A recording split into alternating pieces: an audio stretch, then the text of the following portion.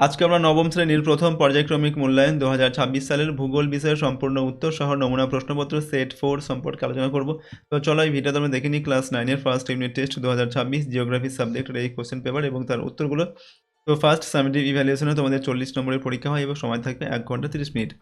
দেখো এখানে 1 নম্বর দাগে রয়েছে সঠিক উত্তরটি নির্বাচন করো। 1 × 7 = 7।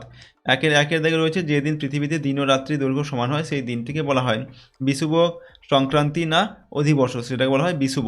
এরপর প্লুটো বামন গ্রহ হিসাবে পরিচিতি পায় 2000 সালে, 2006 সালে, 2020 সালে। উত্তর লিখবে 2006 সালে। ড্যাশ আবর্তিত হয় দক্ষিণ থেকে উত্তর দিকে, পৃথিবী, বৃহস্পতি না ইউরেনাস? উত্তর হবে ইউরেনাস। এরপর হচ্ছে নিরক্ষরেখায় ধ্রুবতারার উন্নতি কোণ 0 ডিগ্রি, 90 ডিগ্রি না 180 ডিগ্রি? উত্তর হচ্ছে 0 ডিগ্রি। তারপরের প্রশ্ন হচ্ছে ড্যাশ একটি সর্বত্র লব্ধ সম্পদের উদাহরণ। এখানে অপশান রয়েছে দেখো ক্রায়োলাইট, কয়লা না বায়ু? উত্তর হচ্ছে বায়ু। সাগর সম্রাট রয়েছে বঙ্গোপসাগরে, আরব সাগরে না ভারত মহাসাগরে? সাগর সম্রাট রয়েছে হচ্ছে আরব সাগরে। এরপর সাদা কয়লা বলা হয় ড্যাশকে? তাপবিদ্যুৎ, পারমাণবিক বিদ্যুৎ না জলবিদ্যুৎকে? উত্তর হবে জলবিদ্যুৎকে।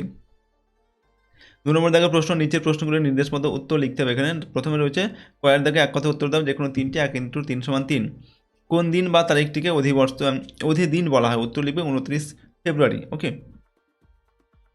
কে অক্ষাংশ ও দ্রাঘিমাংশ সহ পৃথিবীর মানচিত্র প্রথম অঙ্কন করেছিলেন? উত্তর হচ্ছে টলেমি। অতি উচ্চ মানের লোহার আকরিকটির নাম কি? উত্তর হবে ম্যাগনেটাইট। এরপর কোন শহরে অনুষ্ঠিত বসুন্ধরা সম্মেলনে সম্পদের সংজ্ঞায় জীবমণ্ডলের সংরক্ষণ কথাটি অন্তর্ভুক্ত হয়? তো ব্রাজিলের রিও ডি জেনেরো শহরে। তারপরে প্রশ্ন হচ্ছে ক্ষয়ের দাগা শূন্যস্থান পূরণ করতে হবে তিনটি। 1 × 3 = 3। ড্যাশ তারিখে উত্তর গোলার্ধে দিন সবচেয়ে বড় এবং রাত সবচেয়ে ছোট হয়? উত্তর হবে 21 জুন তারিখে উত্তর গোলার্ধে দিন সবচেয়ে বড়, রাত সবচেয়ে ছোট হয়। পৃথিবীর গভীরতম সমুদ্রখাত ড্যাশ মহাসাগরে অবস্থিত? তো পৃথিবীর গভীরতম সমুদ্রখাত এটা প্রশান্ত মহাসাগরে অবস্থিত। পশ্চিমবঙ্গে পাম্প স্টোরেজ জলবিদ্যুৎ কেন্দ্র স্থাপিত হয়েছে ড্যাশ জেলায়? উত্তর হবে এখানে পুরুলিয়া জেলায়। ন্যাপথালিন ড্যাশ এর উপজাত দ্রব্য? তো ন্যাপথালিন হচ্ছে কয়লা এর উপজাত দ্রব্য। গোয়ের দাগে শুদ্ধ হলে সু এবং অশুদ্ধ হলে অলেখ। দুটি লিখতে হবে। 1 × 2 = 2।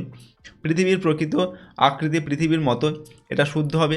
নাম্বার 2 হচ্ছে আন্টার্কটিকার খনিজ পদার্থ নিরপেক্ষ সামগ্রী। তো আন্টার্কটিকার খনিজ পদার্থ এটা নিরপেক্ষ সামগ্রী, এটা হবে শুদ্ধ।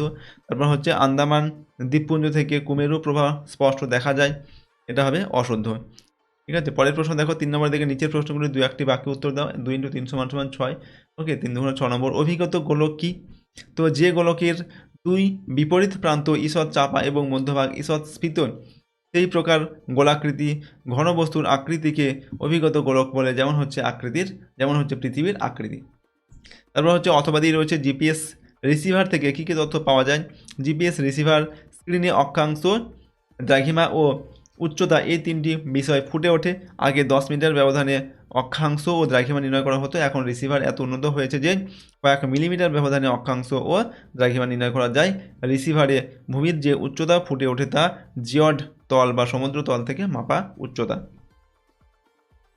2 নম্বর দেখে অপসূর ও অনুসূর কাকে বলে? তো অপসূর অবস্থান কি না, পরিক্রমণের সময় 4 জুলাই পৃথিবী থেকে সূর্যের রৈখিক দূরত্ব বৃদ্ধি পেয়ে দাঁড়ায় প্রায় 15 কোটি কিলোমিটার, এই দিনটিকে অপসূর। ঠিক আছে। অপসূর অবস্থান বলা হয়। অপ মানে হচ্ছে দূর আর সুর মানে হচ্ছে এখানে সূর্য। ঠিক আছে। তারপরে দেখো অনুসূর পরিক্রমণের সময় 3 জানুয়ারি পৃথিবী থেকে সূর্যের রৈখিক দূরত্ব কমে দাঁড়ায় প্রায় 14 কোটি 70 লক্ষ কিলোমিটার, এই দিনটিকে অনুসূর বলা হয়। এখানে অনুমানের নিকট বা কাছাকাছি আর কি, সুর মানে হচ্ছে সূর্য। রবি মার্গ কি? রবি মার্গ হচ্ছে রবি অর্থে সূর্য এবং মার্গ অর্থে পথকে বোঝানো হয়। আপাত দৃষ্টিতে যে বার্ষিক গতিপথে সূর্যকে পৃথিবীর চারিদিকে সঞ্চরণশীল বলে মনে হয় তাকেই রবি মার্গ বা সূর্যের আপাত বার্ষিক গতি বলে। এরপর হচ্ছে পারমাণবিক শক্তি ব্যবহারের দুটি অসুবিধা লেখো। পারমাণবিক শক্তি ব্যবহারের অসুবিধাগুলো হচ্ছে 1 নম্বর কাঁচামালের সমস্যা, পারমাণবিক শক্তির কাঁচামালগুলো সর্বত্র পাওয়া যায় না। 2 নম্বর অধিক প্রাথমিক ব্যয়, এই শক্তি কেন্দ্র স্থাপনে ও যন্ত্রপাতি কিনতে প্রাথমিকভাবে প্রচুর মূলধন বিনিয়োগ করতে হয়। অথবা নিরপেক্ষ উপাদান কাকে বলে? তো দেখো পরিবেশ থেকে প্রাপ্ত যেসব বস্তু বা পদার্থ সম্পদ নয়, আবার সম্পদ উৎপাদনে কোনো বাধা বা প্রতিরোধ সৃষ্টি করে না, সেই সব সামগ্রীকে নিরপেক্ষ উপাদান বলে। তারপর হচ্ছে 4 নম্বর থেকে প্রশ্ন, নিচের প্রশ্নগুলোর উত্তর দাও। 3 × 3 = 9। 3 প্রশ্নের মান হচ্ছে 3 নম্বর করে। 1 দাগের প্রশ্ন জিপিএস এর 3টি ব্যবহার লেখো। জিপিএস ব্যবহারের গুরুত্ব। তো জিপিএস এর 3টি ব্যবহার বা গুরুত্ব আমরা লিখছি দেখো।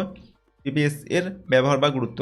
1 নম্বর হচ্ছে অবস্থান নির্ণয়। জিপিএস এর সাহায্যে পৃথিবীর যে কোনো স্থানের অবস্থান নিখুঁতভাবে নির্ণয় করা যায় বা জানা যায়।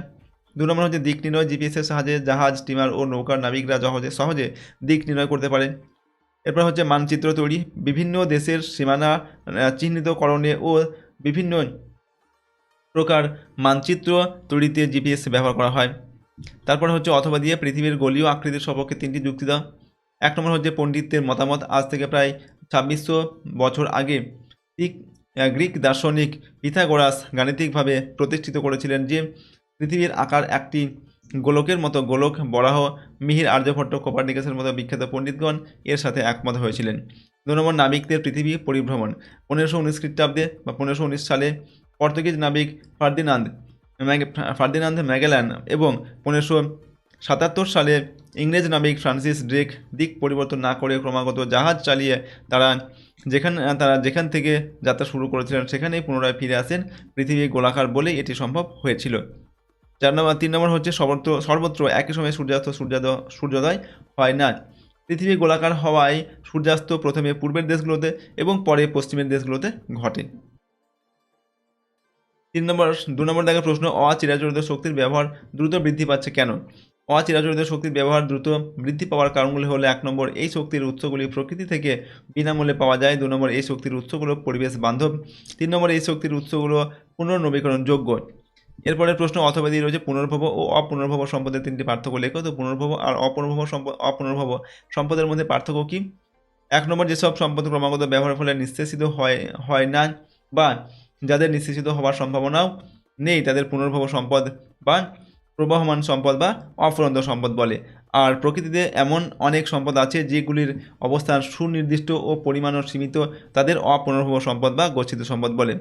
তো এই পার্থক্যগুলো তোমরা কিন্তু পাশাপাশি টেবিল করে লিখবে। আমি এইভাবে নিচে লিখেছি, তোমরা প্রথমটা হচ্ছে এভাবে পুনর্ভব আর অপুনর্ভব লিখবে পাশাপাশি, যেমন টেবিল করে লেখা হয়, ঠিক আছে? সেইভাবে তোমরা কিন্তু লিখবে, এটা কিন্তু বেশি অ্যাপ্রোপ্রিয়েট আর কি। তো আমি তোমাদের এইভাবেই দেখিয়ে দিচ্ছি। দেখো পার্থক্যগুলো। 2 নম্বর পার্থক্য কি না, পুনর্ভব বা প্রবহমান সম্পদের উদাহরণ হলো সূর্যরশ্মি, জল, বায়ু প্রবাহ, জোয়ার ভাটার শক্তি, এইগুলো।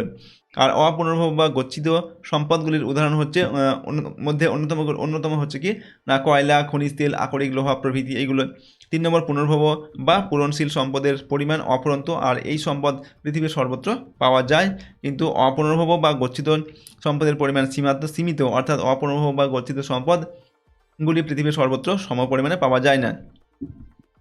3 নম্বর, কীভাবে কোরিওলিস প্রভাব বায়ু প্রবাহ ও সমুদ্র স্রোতকে প্রভাবিত করে ব্যাখ্যা করো। তো পৃথিবীর আবর্তনের ফলে সৃষ্ট যে বলের প্রভাবে বায়ু প্রবাহ, সমুদ্র স্রোত ও পৃথিবী পৃষ্ঠের যে কোনো গতিশীল বস্তুর গতিবিক্ষেপ ঘটে তাকে কোরিওলিস বলে। পৃথিবীর অভিগত গোলক আকৃতির জন্য নিরক্ষরেখা থেকে উভয় মেরুর দিকে আবর্তনের গতিবেগ ক্রমশ কমতে থাকে। আবর্তন বেগের এই তারতম্যের জন্য কোরিওলিস বলের প্রভাবে বায়ুপ্রবাহ, সমুদ্র স্রোত প্রভৃতি গতিশীল পদার্থের গতিপথ উভয় উত্তর গোলার্ধের ডান দিকে এবং দক্ষিণ গোলার্ধের বাঁ দিকে বেঁকে যায়। অথবা নিরক্ষরেখার পার্শ্ববর্তী অঞ্চলে ঋতু পরিবর্তন হয় না কেন?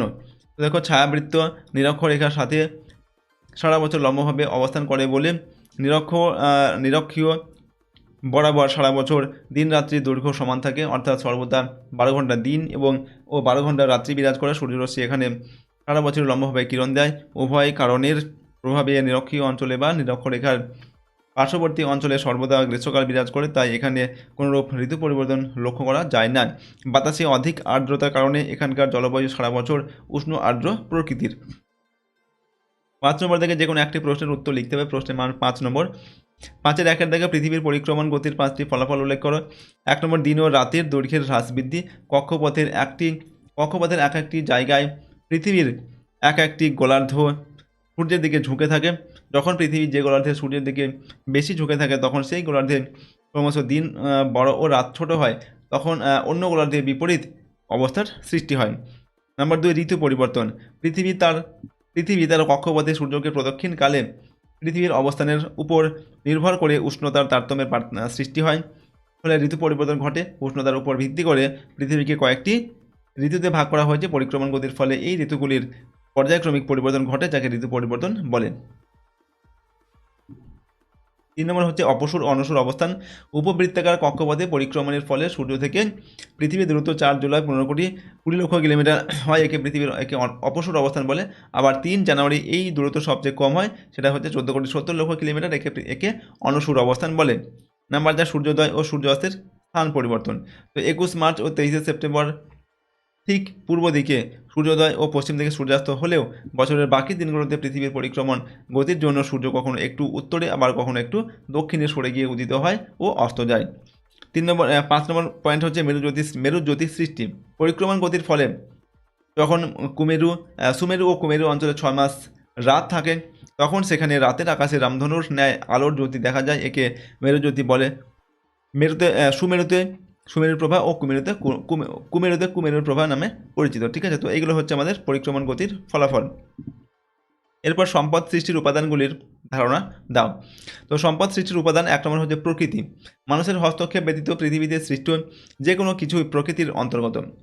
বিভিন্ন বস্তু বা পদার্থের অফুরন্ত ভাণ্ডার হলো এই প্রকৃতি। প্রকৃতি হলো সম্পদের ধারক ও বাহক। প্রকৃতিতে 2 ধরনের সম্পদ পাওয়া যায়, যথা পুনর্ভব ও অপুনর্ভব সম্পদ। তো প্রথম হচ্ছে 2 নম্বর পয়েন্টে লিখছি মানুষ, অর্থাৎ মানুষ কীভাবে সম্পদ সৃষ্টি করে আর কি। মানুষ হলো সম্পদ সৃষ্টির দ্বিতীয় গুরুত্বপূর্ণ উপাদান। মানুষ তার কর্মদক্ষতা, চিন্তা, বুদ্ধি ও জ্ঞানের সাহায্যে প্রকৃতির বিভিন্ন উপাদানগুলিকে সম্পদে পরিণত করে।